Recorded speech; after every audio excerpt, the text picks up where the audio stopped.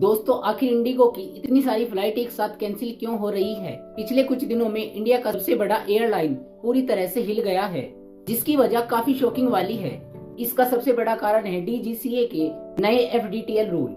इन rules के बाद pilot को आराम देना ज्यादा जरूरी हो गया है, लेकिन इंडिगो ने पहले से ही अपने स्टाफ को इतने टाइट शेड्यूल में रखा है कि नए रूल लागू होते ही उनके पास पायलट और क्रू की कमी पड़ गई है। यदि एक फ्लाइट कैंसिल होती है तो अगली 4 से 5 फ्लाइट ऑटोमेटिक चेन रूल के अनुसार खुद ब खुद ही कैंसिल करनी पड़ रही है। इसी चेन रिएक्शन ने पूरे शेड्यूल को बिगाड़ कर रख दिया है। ऊपर से दिसंबर का महीना, जिसमें कोहरा, फॉग और क्लाउड तीनों शामिल रहते हैं, जिससे फ्लाइट को उड़ाने में बहुत ज्यादा तकलीफ होती है।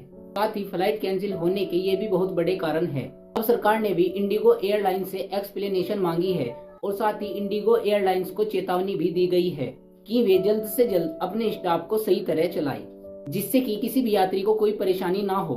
यदि मैं आपको सिंपल भाषा में कहूँ तो सबसे पहले आती है पायलट की शॉर्टेज, उसके बाद आते हैं नए रूल और बाद में आता है ठंड का मौसम। इन 3 चीजों की वजह से इंडिगो की सारी फ्लाइट कैंसिल हो रही है। और साथ ही अब इंडिगो ने अपने प्राइस को भी इंक्रीज कर दिया है। यदि आप 500 किलोमीटर हवाई जहाज से यात्रा कर रहे हैं तो आपको इसके लिए 5000 से 7500 रुपए तक का टिकट लेना पड़ सकता है।